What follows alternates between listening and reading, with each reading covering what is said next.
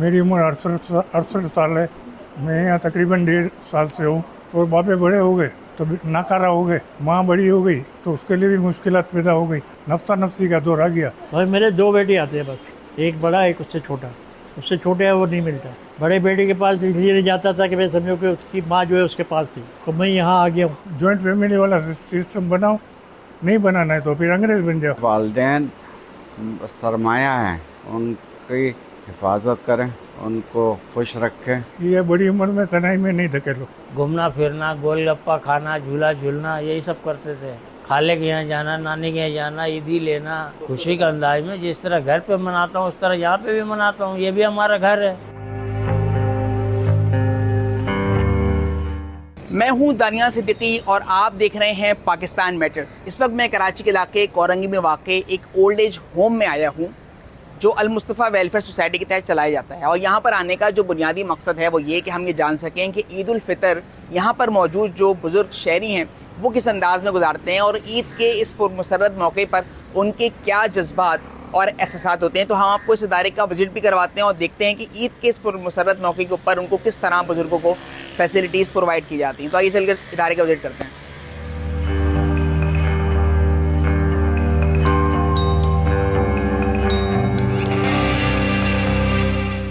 मेरी उम्र 68 साल है।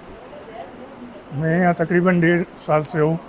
बचपन में आपको बताया ना कि कराची शहर बहुत छोटा था, 4-5 लाख की आबादी थी, कारें नहीं थी, बाइकें ना के बराबर थी, इतनी मतलब एजुकेशन वाला नहीं था।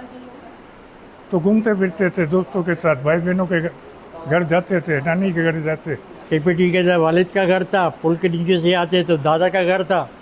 बस इसी 2 घर के चक्कर के अंदर अपने टाइम गुजारा। उसके बाद 13 साल की उम्र से फिर नौकरी पे लग गए। बचपना तो बचपना होता है। अब हमें बचपना तो दोबारा नहीं आएंगे ना सर।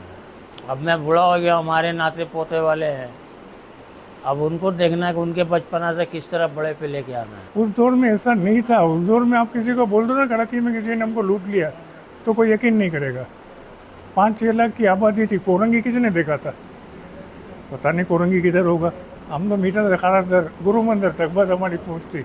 इतनी मसरूफ ज़िंदगी हो गई और बापे बड़े हो गए तो नाकारा हो गए, माँ बड़ी हो गई तो उसके लिए भी मुश्किलात पैदा हो गई।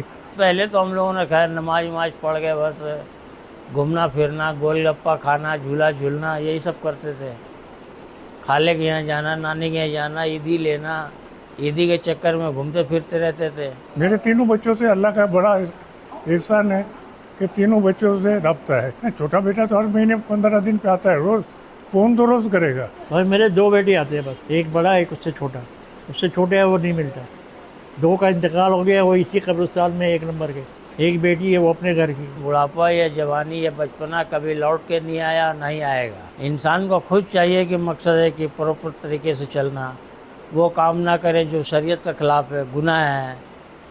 अगर एक माँ बाप एक बच्चों को पाल के बड़ा किया है तो बच्चों को भी चाहिए कि जिस तरह हमारा ख्याल किया है। तो अभी इनके कमाने का टाइम नहीं है तो हमें भी इनका ख्याल रखना है। वालिदैन सरमाया है, उनकी हिफाजत करें, उनको खुश रखें। माँ के पूरे पाँव में जन्नत है, तो उनको चाहिए कि उनका ख्याल रखें। फैमिली लाइफ को है ना मजबूत करो, मजबूत करो, मजबूत करो। माँ बाप को है ना ये बड़ी उम्र में तनाई में नहीं धकेलो।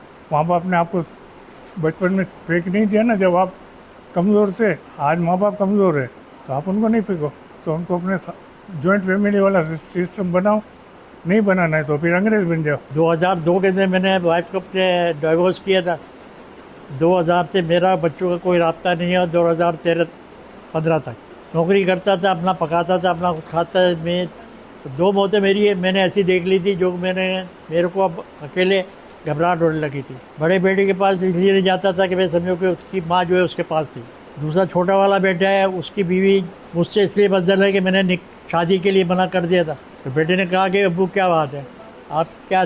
मैंने कहा भाई बुराई हो है लेकिन ज़बान की बुराई जो है हर बुराई से बढ़कर है, तो मेरा उसके घर में नहीं आना। बेटा लेके जाता है तो थोड़ी देर के लिए चाहता हूँ बेटे के साथ ही बाहर अपने घर आ जाता हूँ। शादी तो आदम ने की, तो शादी के बगैर तो अल्लाह की कायनात आगे ही नहीं बढ़ती ना। शादी तो करनी ही है। लेकिन शादी करके इसको एडजस्टमेंट करना पड़ता है। सेक्रीफाइसिंग लाइफ है ये। हर औरत का मिजाज अलग है, हर मर्द का मिजाज अलग है, तो ये एक जैसा दिमाग तो कंप्यूटर से बन के नहीं निकलेगा। कि मैं नौकरी करूँगा, खाना पकाऊँगा, खुद पकाता था, खुद करता था, उसमें बीमार भी होता था। जब बेटों के पास नहीं जा सकता हूँ मैं, तो फिर मैं क्या करता। तो बड़े बेटे को एक दिन मैं अपने साथ यहाँ लेके आया और यहाँ दाखिल हो गया। अल्लाह का शुक्र है, उस पर वो दिखा का एहसान है कि मेरी हैसियत से ज़्यादा सब अल्लाह ताला में नवाज रहा है। बड़ी इज्जत से अपने माँ बाप को मामले को निपटा दिया। हमारे बच्चे ये नहीं कर पाए। रमजान में भी बहुत मज़ा आता है, ऐसी बात नहीं है। शेरी में, अफ्तार में हम लोग सोते ही नहीं, बस शेरी करके तो फिर इकट्ठी सुबह फजर में सोता हूँ। जो इनके पास होते हैं वो हमारे पास हाजिर कर देते हैं खुशी का अंदाज में। जिस तरह घर पे मनाता हूँ उस तरह यहाँ पे भी मनाता हूँ। ये भी हमारा घर है। हम किधर न किधर सो जाएंगे, इधर सो जाएंगे, चादर बिछा के रात को सो जाएंगे। माँ बेचारी कहाँ जाएगी? बहू रखती नहीं है, बेटी के घर वो जाती नहीं है। फैमिली लाइफ को सबसे ज़्यादा जोर लगाओ। बाप के ऊपर जुल्म है, माँ के ऊपर भी जुल्म है कि वो किसी इदारे में पढ़ाओ। एक औरत रोज़ गेट पे बैठती है कि मेरा बेटा ऐसा नहीं, आज तो आ ही जाएगा। आंधी हो, तूफान हो, बारिश हो, वो बैठती है। अभी क्या करें? अब मेहनत से ज़िंदगी ऐसे गुजार दी है, आदमियों को मेहनत से काम करना चाहिए, ईमानदारी से करना चाहिए, ताकि आइंदा भी तुम्हारे को अल्लाह ताला किसी ऐसी जगह, जिस तरह अल्लाह ताला ने मुझको यहाँ पे पहुँचा दिया। अगर मैं बदकिरदार होता या कुछ और करता तो समझो कि अल्लाह ताला मुझको कहाँ से कहाँ पहुँचाता।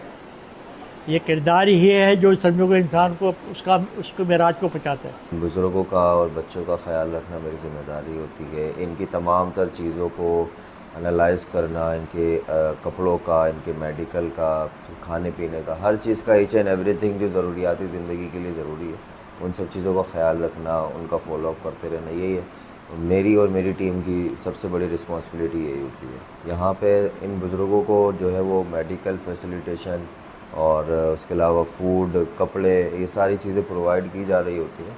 मौसम के एतबार से जो ज़रूरियाती ज़िंदगी की चीज़ें वो भी फराहम की जा रही होती हैं। आया अगर किसी को सीने का मसला है या नेवलाइज़ का मसला है तो उसके लिए नेवलाइज़ का इंतज़ाम है।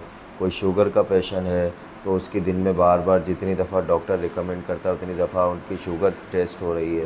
ब्लड प्रेशर वालों की ब्लड जो है प्रेशर चेक हो रहा होता है। तमाम चीज़ें हमारा मेडिकल टीम भी यहाँ पे होती है, क्योंकि इन बुज़ुर्गों के साथ, बच्चों के साथ सब अटैच रहते हैं और एक अच्छा प्रोसीजर अल्हम्दुलिल्लाह चल रहा है।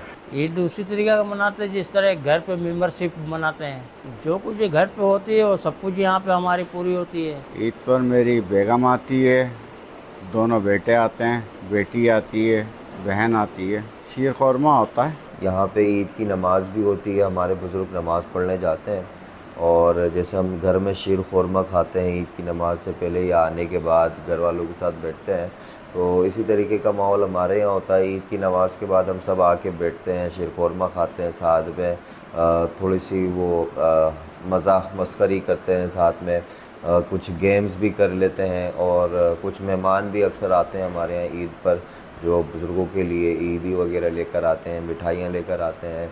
हमारा जो स्टाफ है हत्ता कि वो लीव पर भी होता है तो वो बुज़ुर्गों के लिए मिलने आता है, मिठाइयाँ लेकर आता है, या जिसके घर में जो अच्छा बना होता है वो सब मिलकर फिर हम लोग दोपहर का या रात का खाना हम लोग साथ खाते हैं। तो ये एक अच्छी एक्टिविटी हमारी चल रही होती है ईद पे जो है अल्हम्दुलिल्लाह।